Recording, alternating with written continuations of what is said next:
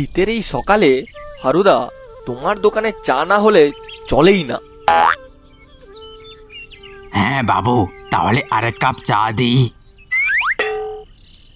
হ্যাঁ হ্যাঁ হ্যাঁ, চা দাও, কড়া করে চাটা করো তো।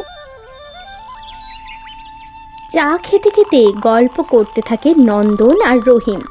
ওইদিকে ঘরের বাইরে নয়ন ব্যস্ত হয়ে কাজ করছে। এমন সময় সেখানে আসে উর্মিলা। ও দিদি, তোমার কাছে একটা জিনিস চাইতে এসেছি গো। হ্যাঁ বলো, তুমি কি চাও বলো, আমার কাছে থাকলে আমি অবশ্যই দেব। ও দিদি, তোমাদের বাড়ির উঠানে দেখলাম খুব সুন্দর পেঁয়াজ কলি হয়েছে, আমাকে কটা পেঁয়াজ কলি দেবে? পেঁয়াজ কলি? পেঁয়াজ কলি দিয়ে কি ফুলকপির ঝোল রাঁধবে? না গো দিদি, পেঁয়াজ কলি দিয়ে ইলিশ মাছের ঝোল রান্না করব। হে বাবা, হে আবার কি কথা, ইলিশ মাছ কখনো পেঁয়াজ কলি দিয়ে রান্না হয় নাকি? কেন হবে না, করলেই হয়, খেয়ে একবার দেখো। আমাদের আর অত ভাগ্য কোথায় গো বোন, যে আমরা ইলিশ মাছ খাবো, খাবারই জোটে না ভাগ্যে। তুমি দেবে দিদি দুটো পেঁয়াজ কলি? হ্যাঁ হ্যাঁ, দেবো দেবো, এই নাও নিয়ে যাও। দাঁড়াও দাঁড়াও। নয়ন হাতে করে কিছু পেঁয়াজ কলি তুলে এনে উর্মিলাকে দেয়।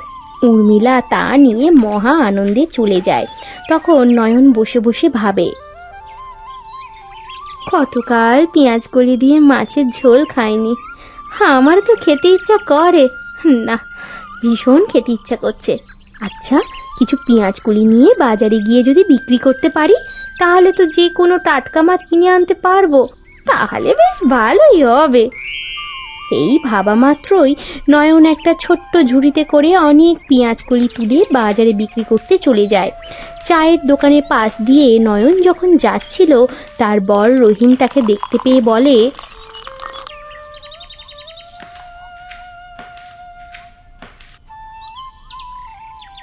কি গো, কোথায় যাচ্ছ তুমি মাথায় করে এটা নিয়ে? বাজারে যাচ্ছি বিক্রি করতে। আমি থাকতে তুমি কাজ করবে? তুমি আমার কি ছাতা দিয়ে মাথা রেখেছো শুনি? কাজ করব না তো কি করব? তুমি তো এখানে বসে বসে আড্ডা মারছো, ঘরের কোনো খেয়াল আছে? তুমি বাড়ি চলে যাও গো, আমি তো কাজে যাচ্ছি গো। থাক থাক, অনেক হয়েছে গো, তুমি আড্ডা দিচ্ছ, আড্ডাই দাও। আমি যাচ্ছি বাজারে বিক্রি করতে, তোমার যেটা কাজ তুমি করো সেটা। এই তো গো, আমি চা খেয়েই বেরোবো কাজে। টাকা নষ্ট করছো, এখানে বসে বসে টাকা নষ্ট করছো। ঘরে যে চা করে দিতাম বিনে পয়সায়, সেটা এখানে তুমি 5 টাকা 10 টাকা দিয়ে খাচ্ছ। তুমি জানো এতে কত টাকা বেশি খরচা হচ্ছে? আমার হাতে চা তোমার তো আবার মুখেও রোচে না। এইভাবে বলছো কেন বউ? আচ্ছা আচ্ছা, আমি এক্ষুনি কাজে চলে যাচ্ছি। এই নন্দন, চল, কাজে যেতে হবে। এই বলে রহিম কাজে চলে যায়। এইদিকে নয়নও মাথায় ঝুড়ি করে পেঁয়াজ কলি নিয়ে বাজারে যায়।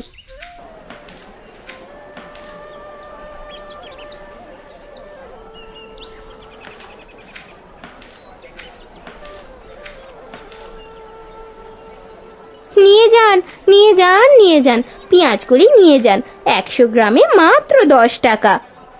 শীতের দিনে সমস্ত সবজিতে এই পেঁয়াজ কলি বেশ ভালোই লাগে, তাই তার পেঁয়াজ কলি খুব তাড়াতাড়ি সবাই কিনে নিয়ে চলে যায়।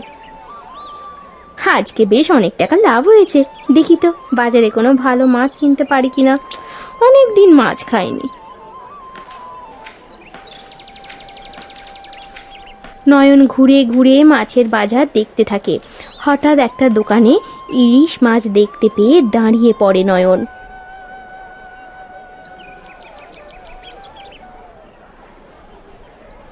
বলেন বৌদি, বলেন কোন মাছটা দেবো বলেন। ও বাবা, বাজারে মাছের কি দাম! আচ্ছা ও দাদা, ইলিশ মাছ কত করে গো? আমাকে একটা ইলিশ মাছ দাও তো, ছোট দেখে দেবে। এই মাছগুলো 350 টাকা করে বৌদি। নয়ন মন খারাপ করে বাড়ি চলে আসে। এদিকে বাড়িতে এসে মন খারাপ করে অনেকক্ষণ বসেছিল। এমন সময় কাজ থেকে ফেরার পথে রহিম হাতে করে মস্ত বড় একটা ইলিশ মাছ নিয়ে আসে। আজকে টাকা পেয়েছি কাজের, তাই তোমার পছন্দের ইলিশ মাছ নিয়ে এসেছি। কিন্তু আমার তো দেখে তোমায় মনে হচ্ছে তুমি রাগ নয়, মনের দুঃখে বসে আছো। সত্যি তুমি আমার জন্য ইলিশ মাছ এনেছো? নয়তো কি পাশের বাড়ির জন্য নিয়ে এসেছি? আমি তো তোমার জন্যই নিয়ে এসেছি। তোমার ইলিশ মাছ খেতে ভালো লাগে, আমি কখনোই খাওয়াতে পারিনি, আজ নিয়ে এসেছি। এবার তো হাসো। আমার না ইলিশ মাছ খেতে খুব ইচ্ছা করছিল জানো, কিন্তু ইলিশ মাছের কত দাম গো, তাই আমি কিনে আনতে পারিনি। আমি তো কিনে এনেছি, এবার তাড়াতাড়ি রান্না করে ফেলো। নয়ন মাছ নিয়ে রান্না করতে বসে যায়। রহিম বারান্দায় বসেছিল, বেলা হয়ে গেছে, তাই রহিম বলে, আমি স্নানে গেলাম। আমিও যাই, একটু পেঁয়াজ কলি নিয়ে আসি। পেঁয়াজ কলি দিয়ে একবার ইলিশ মাছ রেঁধে দেখবো তো কেমন হয়। কড়াটা উনুন থেকে নামিয়ে রেখে যাই। এইদিকে নয়ন পেঁয়াজ কলি আনবে বলে কড়াটা মাটিতে রাখতে যায়, আর এমন সময় কড়াটা কাত হয়ে মাছের ঝোল পড়ে যায়। মাটিতে সব মাছ, ঝোল, আলু গোড়াগড়ি খায়। নয়নের চোখ বড় বড় হয়ে যায়। হায় হায় হায় হায় হায় হায়, সর্বনাশ হয়ে গেল, সর্বনাশ হয়ে গেল। কত শখ করে ইলিশ মাছ এনেছিল খাবো বলে, সব মাটিতে গোড়াগড়ি খাচ্ছে। আমার একটুখানি ভুলের জন্য হায় হায় হায় হায় হায়। নয়ন চিৎকার করে মাটিতে বসে পড়ে কান্না করে।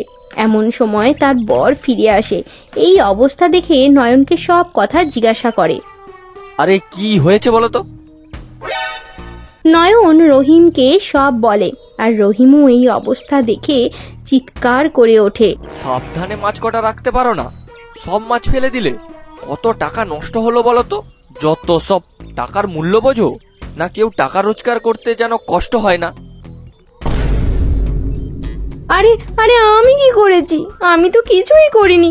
ভুল করে তো বুঝতে পারিনি। হে বাবা, ভুল করে রাখতে গিয়ে হয়ে যাবে, বুঝতে পারিনি, কিছুই করিনি তো আমি। সব দোষ তোমার। তুমি যদি একটু সাবধানতা নিয়ে কাজ করতে তাহলে এটা হতো না। দূর দূর, ভাল লাগে না। রহিম রাগ দেখিয়ে বাড়ি থেকে চলে যায়। এইদিকে নয়ন বসে বসে কান্না করতে থাকে। আমার তো কোনো দোষ নেই, আমি তো ইচ্ছে করে কিছু করিনি। ওইদিকে রহিম গাছের তলায় গিয়ে বসে আর ভাবতে থাকে, সত্যি তো, বউটার তো কোনো দোষ নেই। বউ তো কাজ করছিল, সেই মুহূর্তে দুর্ঘটনাটা ঘটে গেছে। সেটা তো যে কারো সাথেই হতে পারে। আমি আজকে একটু ওকে বেশি কিছু বলে ফেলেছি। না, বাড়ি ফিরে যাই।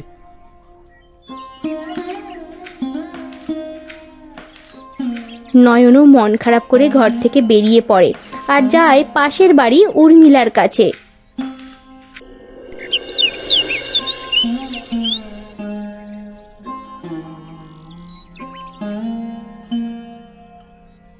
না দিদি, তুমি মন খারাপ করো না।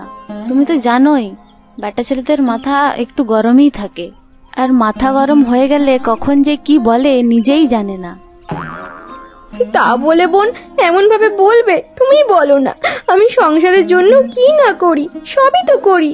আমি আর বাড়ি যাব না, ওই সংসার রেখে দিয়ে যে দিকে দু চোখ চলে যায় চলে যাব। এমা, না না।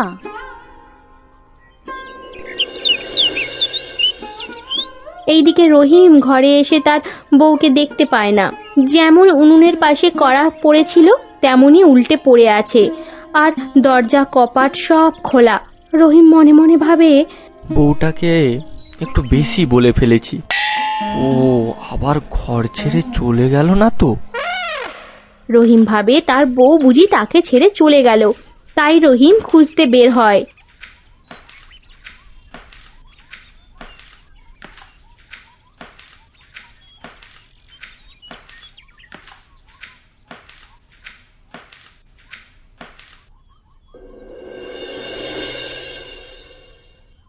আরে রহিম দাদা, কি হলো বলো তো?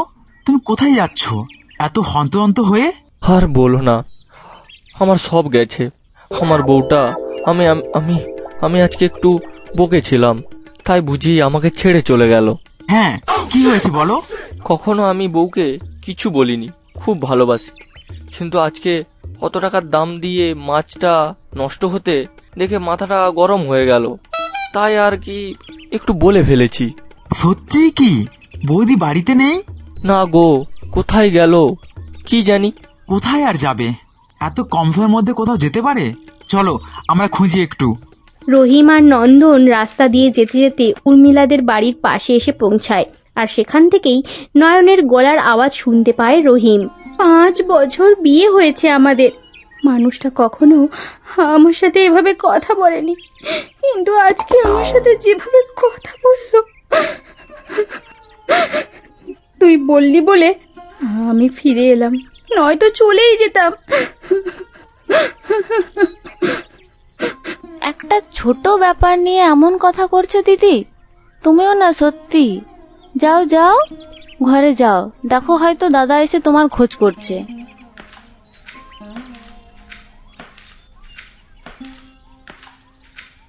আচ্ছা, আমার ভুল হয়ে গেছে, তুমি এখানে আছো, আর আমি কত ভয় পেয়ে গেছিলাম জানো। আমি তো ভেবেছিলাম তুমি আমাকে ছেড়ে চলেই গেছো। দিদি তো বারবার বলছে চলে যাবে তোমাকে ছেড়ে। আচ্ছা আচ্ছা, ঠিক আছে, আমার ভুল হয়েছে, আমাকে ক্ষমা করে দাও। এই আমার কান ধরছি, আমি আর কখনোই এরকম করব না, এভাবে কথা বলবো না। তুমি কোথাও যেও না, আমি তোমায় বড্ড ভালোবাসি। আমিও তোমাকে খুব ভালোবাসি, কিন্তু এইটাতে তো আমার কোনো দোষ ছিল না। সে তো জানি, কিন্তু এত দামি মাছটা নষ্ট হতে দেখে মাথাটা ঠিক ছিল না। ও, তাহলে আমার থেকে মাছটা তোমার কাছে বেশি মূল্যবান? একদম না, তোমাকে কালকেই আবার ইলিশ মাছ এনে দেব, আমি তোমাকে রেঁধে খাওয়াবো। তুমি কি খেতে চাও বলো? ইলিশ মাছের ঝাল খাবো, পেঁয়াজ কলি দিয়ে। আচ্ছা আচ্ছা, ঠিক আছে, তাই হবে, আমি তোমাকে করে দেব। তুমি আর মন খারাপ করো না, চলো আমার সাথে ঘরে চলো। আচ্ছা চলো, আসি রে বোন উর্মিলা।